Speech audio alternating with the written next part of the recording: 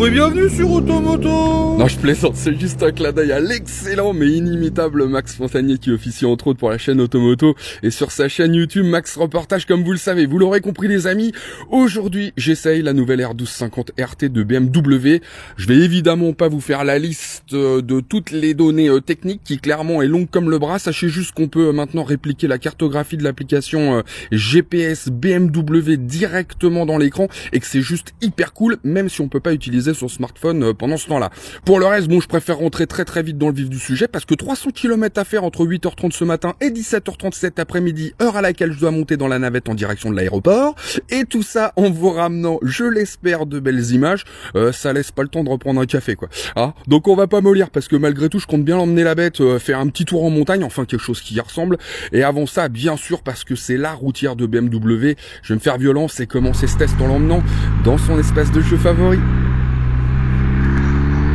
Bon, difficile de ne pas commencer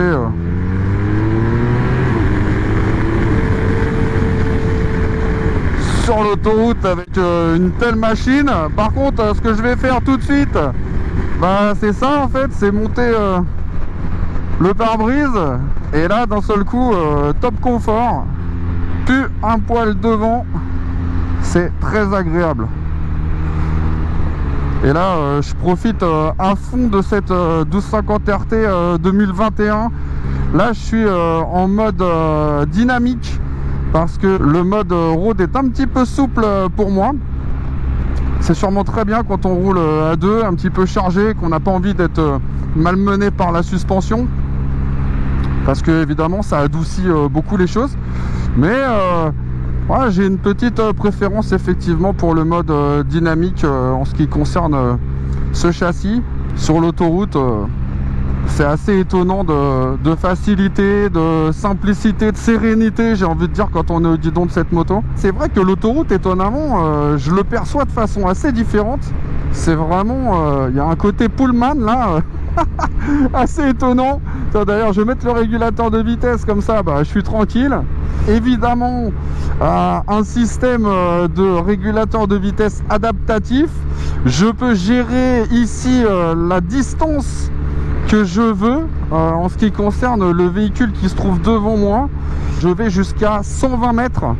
Donc à 120 mètres, il repère la voiture qui est devant. Et si la voiture qui est devant roule moins vite que moi, eh ben évidemment, le régulateur de vitesse adaptatif va adapter ma vitesse pour que je m'ajuste au véhicule qui est devant et éviter de lui rentrer dedans, ce qui est quand même... Là, évidemment, je peux réaccélérer, ça déconnecte temporairement le régulateur de vitesse. Et puis, bah, une fois que je suis revenu à la vitesse que je souhaite, hop, je le réenclenche. Et là, il s'est adapté, en l'occurrence, à 131 km/h. Et donc, bah, voilà, on navigue, j'ai envie de vous dire, en toute quiétude, comme ça, sur l'autoroute, avec un niveau de confort assez étonnant, que ça soit en termes d'assises, de protection des jambes, du buste, de la tête même. J'ai l'impression de ne plus avoir d'air sur la tête. Ah tiens, c'est amusant parce que je suis sur le régulateur à 130 et là la voiture devant moi est à 110. Et bah du coup, vous voyez, je me retrouve à 110. Et si je me change de voie, et bah sans rien faire, voilà, ça réaccélère gentiment, mais sûrement, jusqu'à 130 pour me remettre à la vitesse programmée, et en l'occurrence la vitesse autorisée sur cette partie d'autoroute non loin de Lodève et de Montpellier, les amis, où je me trouve à l'invitation de BMW, que je remercie d'être le premier constructeur à m'inviter pour cette nouvelle chaîne Rico Unchained. Et autant dire que bon voilà, ça fait plaisir. Point négatif de cette moto, son prix peut-être, avec les options, c'est assez cataclysmique, on va dire ça comme ça, mais ça se justifie quand même assez facilement au regard de cet équipement qui est pléthorique et absolument pas superflu sur une voiture ah bah vous voyez, alors ça je vais vous dire, c'est pas pour rien si je me gourre, parce que il y a tellement de choses qui sont empruntées à l'automobile. Ah, ça freine, j'adore. Ah là, ça freine, hein. Je vais changer de voie quand même.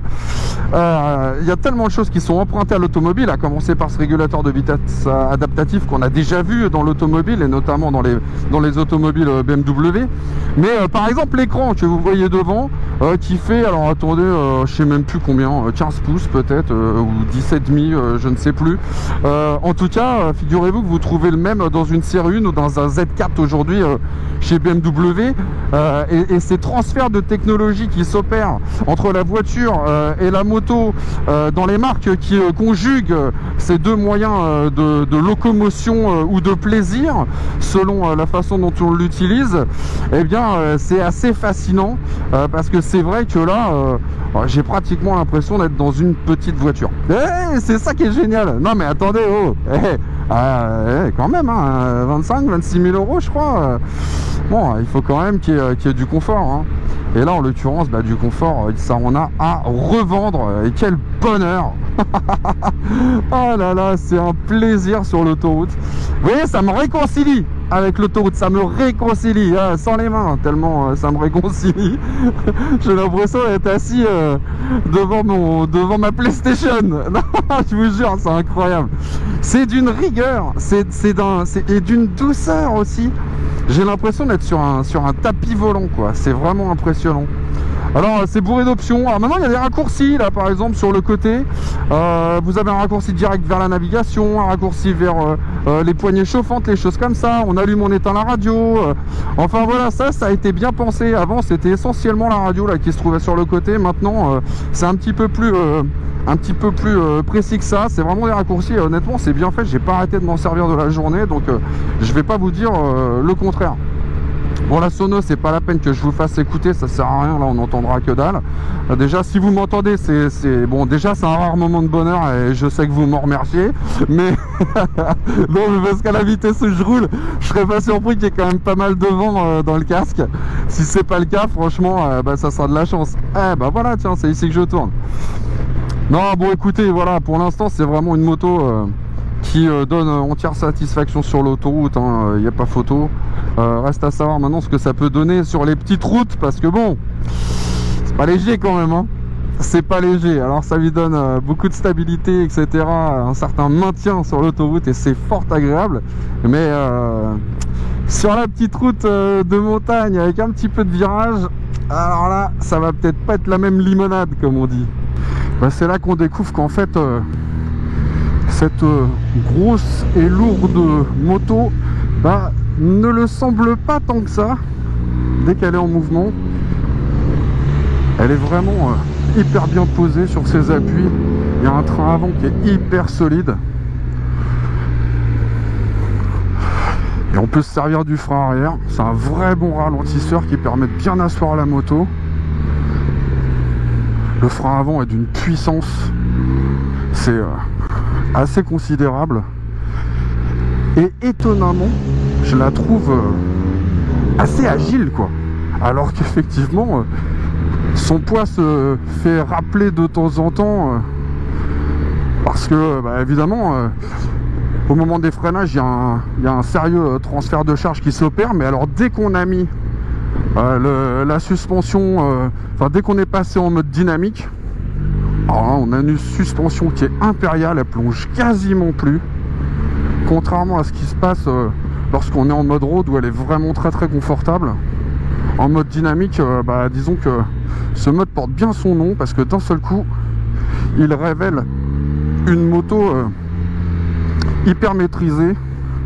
On sent que BM a travaillé dessus depuis des décennies maintenant. C'est impérial. C'est pas une sportive, c'est sûr, il faut être un petit peu plus vigilant, évidemment. Mais quel régal! Au bout d'un moment, on finit par oublier qu'on est vraiment sur une moto de ce type, et on se laisse prendre assez facilement au jeu. Et d'ailleurs, elle rattrape pas mal des erreurs, et ça, c'est un vrai plus, parce que ça peut arriver, évidemment. Et puis il y a ce confort de roulage. Moi j'ai vraiment le sentiment que cette moto a été quasiment faite pour moi. C'est-à-dire que je suis parfaitement encastré dans la moto. C'est très agréable de serrer ce réservoir entre mes cuisses. Il n'y a aucun point dur, il n'y a rien, tout est très souple, très doux entre les jambes. Et on sent qu'on peut rouler pendant des heures et des heures comme ça, sans problème. Là, je me régale, quoi. C'est assez amusant. L'impression de faire un tour de manège. Non, il y a des motos qui sont nettement plus efficaces sur le papier, mais avec lesquelles finalement on se fait peut-être un petit peu moins plaisir. Là, il y a justement ce poids, cette stabilité, ce sentiment presque d'indestructibilité de la machine qui fait que on se sent fort sur une moto comme ça, puissant. Je sais pas comment expliquer, c'est terrible, hein. C'est un peu bidon, c'est un peu bidon, je suis navré, mais c'est vrai, quoi. D'un seul coup, il se passe un truc, quoi. Ah, puis là, ce moteur, cette sonorité incroyable de ce flat. Bon là, j'ai la Krapovic, hein. Ça aide un petit peu à se sentir bien, mais quand même. Et puis il y a c'est gras, quoi, c'est gras, ça n'en peut plus tellement c'est gras comme moteur. Alors autant sur la mienne, souvenez-vous, je vous disais, il y a beaucoup de rondeur en bas, beaucoup de gras comme ça dans les pas-régimes, tout sur le couple, etc. Autant là, on a l'impression que le couple est infini et il y a ce gras quasi permanent. C'est assez étonnant, quoi.